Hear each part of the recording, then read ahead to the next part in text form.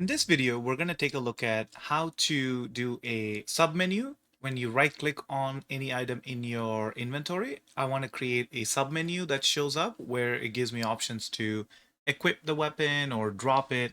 I want to make it very simple and straightforward. It's not going to have crazy options for the player.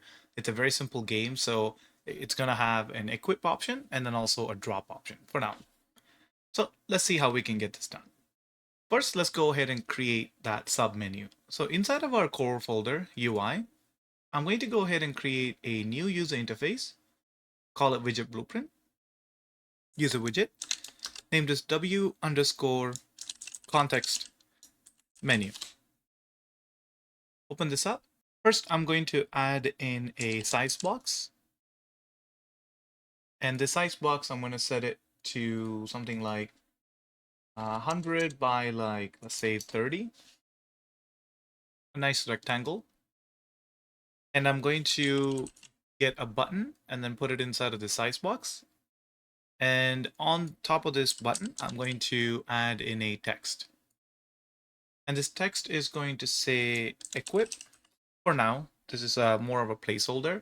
And also the name of it, I'm going to name it as equip underscore txt and make this a variable at the top. And the button, I'm going to name this as equip underscore btn and also make sure it's a variable.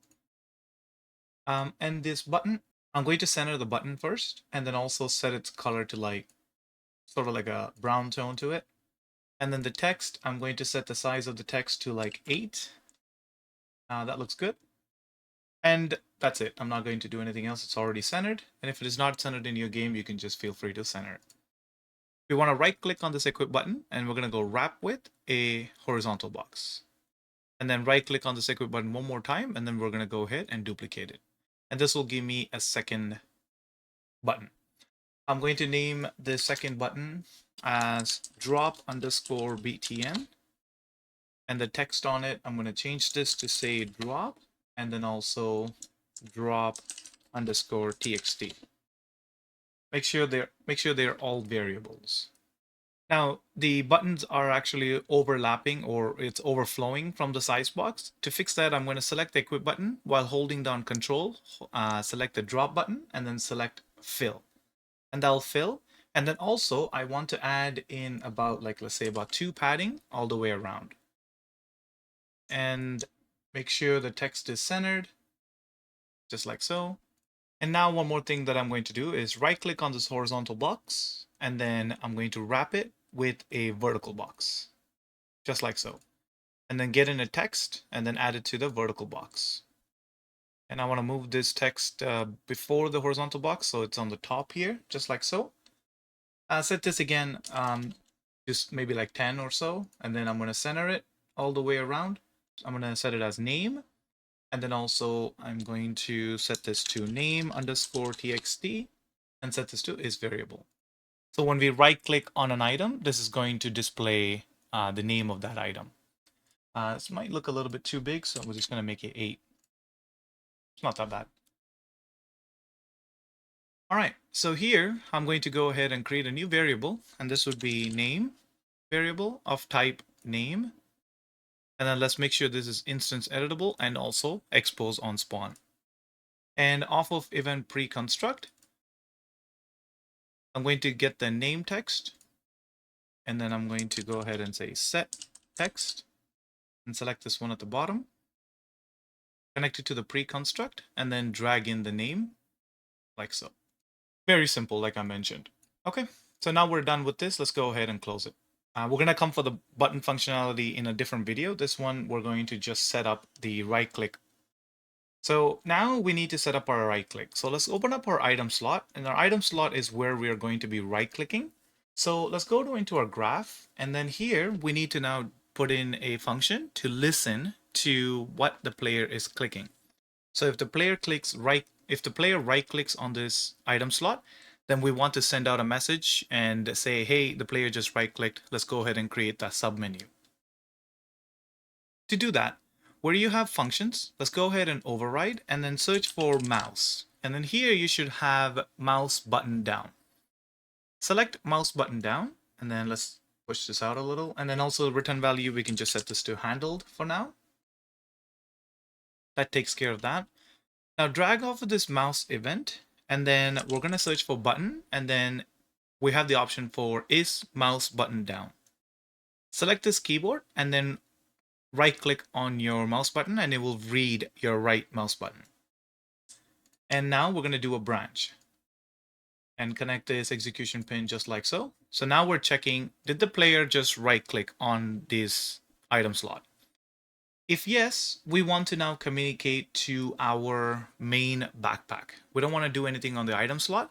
We want to create that submenu on the main backpack. Let's do that by creating an interface function. So in our content drawer, go to your interfaces folder. Under BPI UI, I'm going to create a new function and name this as create context menu.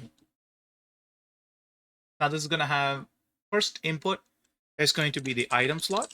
So we need to know exactly which item slot it is and set this to W item slot. And then also we need to get the mouse position. So I'm going to also send in the mouse position because we want to open that context menu where the mouse is placed. And for the mouse position, we're going to set this to vector 2D. And we got ourselves a vector 2D. Now we can go ahead and compile and then save it. And now back in our item slot, off of true, now I need to go ahead and get all widgets with interface. And this would be our BPI UI interface. Let's plug this in here. And then I'm also going to right click and say create context menu and then this and connect this as such. And then also the create context menu, we can set it to the return. Now the item slot itself, we're going to set this to self. So get a reference to self. So this will pass in the information as to which item slot did we just right click on. And the mouse position, to get the mouse position, it's pretty straightforward.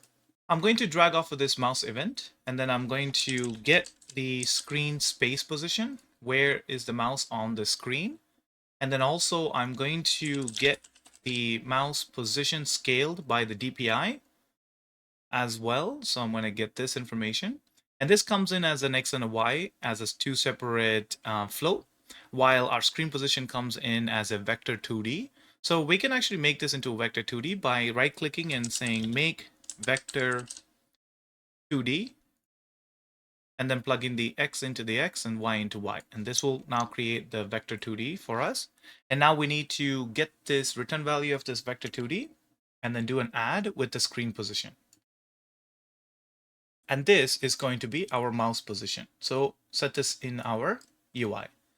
We're sending this information through. Now let's go ahead and implement this function. Now we want to implement this function in our backpack. So go to our UI, open up the backpack main. And first thing that we want to do is we already have a canvas panel that is controlling all of our inventory slots and such. So we want to create a new canvas panel just for this context menu. So it makes it easy for us to clear the canvas panel and get rid of all of these messages and stuff. So I'm going to search for another canvas panel here and drop it onto our existing canvas panel and name this as context panel. Make sure it's set to a variable, compile and save. Now in our graph, first we need to create a variable. The first variable is going to be item slot underscore array, and this would be of type our item slot, and make this of a type array.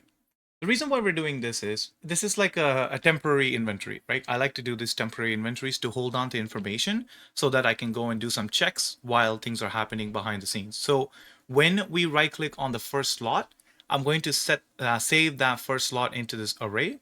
And when we right click on the second slot, I want to be able to recognize that it's a completely different slot than the original one. And then right click and create the menu on the second slot. So that's what this item slot array is going to help us with. And also in my class settings, I'm going to go to the implemented interfaces and then search for BPI underscore UI and then implement the interface as well. Compile and save. And now we have our interface function to create the context menu. So let's go ahead and right click and implement this event. So the first thing that we want to do is check to make sure that if this is the same slot or if it is a different slot. So I'm going to get my item slot array. And then I'm going to get a copy of it at index 0 because we're only going to have one of the submenu open at any given time. I'm going to manually specify slot number 0, index number 0 for this slot array. We're only going to be working with index 0. If the index 0 is empty, that means there's no submenu open. If the index 0 is full, that means there is a submenu open. So here we're going to go ahead and do an equal and check if this is the same slot. If we already have something in our slot 0, if it is it the same as the one that we just right-clicked on? Then we're going to get a branch here, and now we're going to check. Put this up here, move this up a little. Okay, so now we're going to do the false first, and then we're going to come to the true right after. So when we right-click on a slot, the event create context menu is going to fire out, and it's going to say which slot that we right-clicked on. We're going to check to see if this is the same slot as what we previously right-clicked on. If it is not the same, then I'm going to drag in my item slot array. And here I'm going to go ahead and say set array element and set this to false here. And then again, we're setting it only at index 0. We're not going to be using anything more than index 0. And then here where we have the item slot, I'm just going to plug this in here and just as such. So now we have just added this item slot that the player just right-clicked on into the array. And now we're going to go ahead and create a widget. And this widget will be our context menu. And it also has the name. So for the name, we can just drag off of this item slot, and then we can say get name.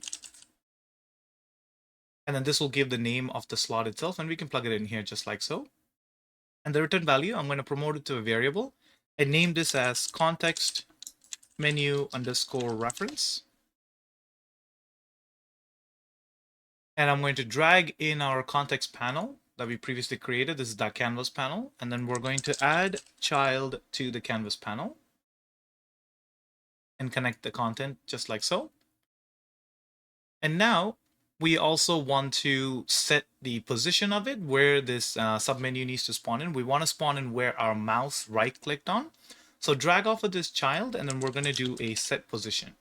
Now this set position requires a vector 2D input. I know we sent in the mouse position as a vector 2D. We need to get the mouse position in reference to the canvas panel, and then we'll be able to set that as our position. We cannot just plug it directly into set position. To do that, first we need to get the local coordinates of our canvas panel. So to do that, we're going to get our cached geometry. This will give us the vector 2D position of this canvas panel. And then this is going to give us an absolute value. We'll want to change it to a local. So we want to change it to absolute to local. This is what we want to select. And then now get the mouse position and then plug this into the absolute coordinate. And then now this will give us a local position on the screen space. And then this we can actually set it to the position. Now we can go ahead and compile and save it. Just gonna add in this reroute and then just make it nice and neat, just like so. And also I want to, when we setting up the array element, just before we create the context, just to make sure that everything goes well, I'm going to drag in my context panel, and then I'm going to create clear children here. Before we create that widget and add it, we want to clear the children. And also the context menu reference, I want to make sure that it is set to none.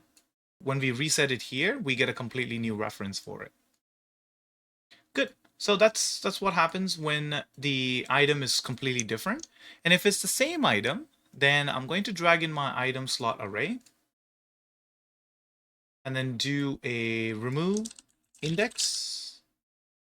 And again, because we're working with index 0, I'm just going to leave it at 0.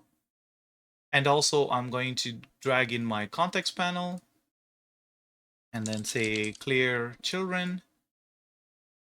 I'm going to drag in the context menu reference, and I'm going to right click on it and do a convert it to a validated get.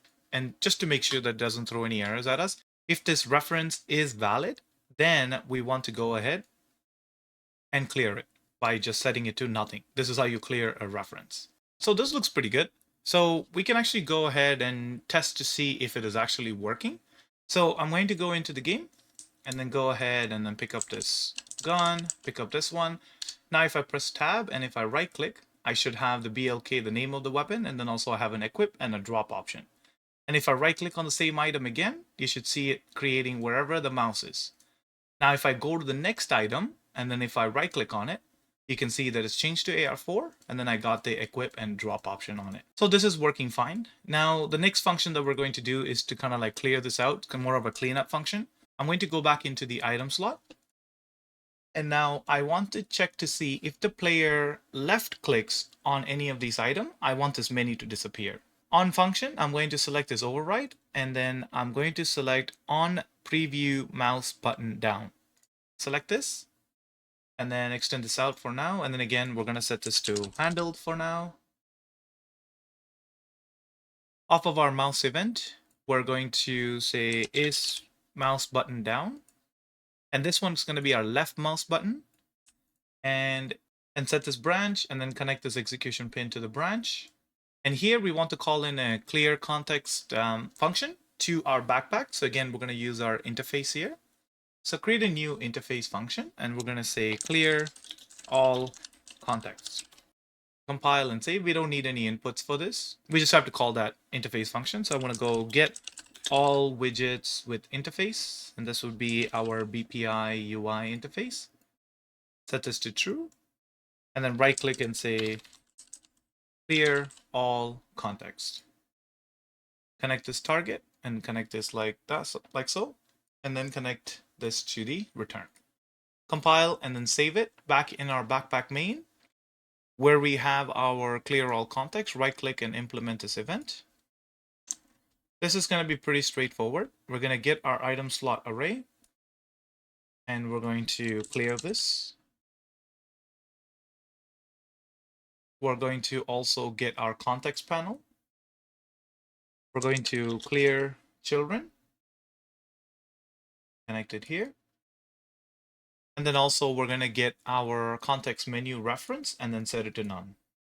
This is how we're going to clear it.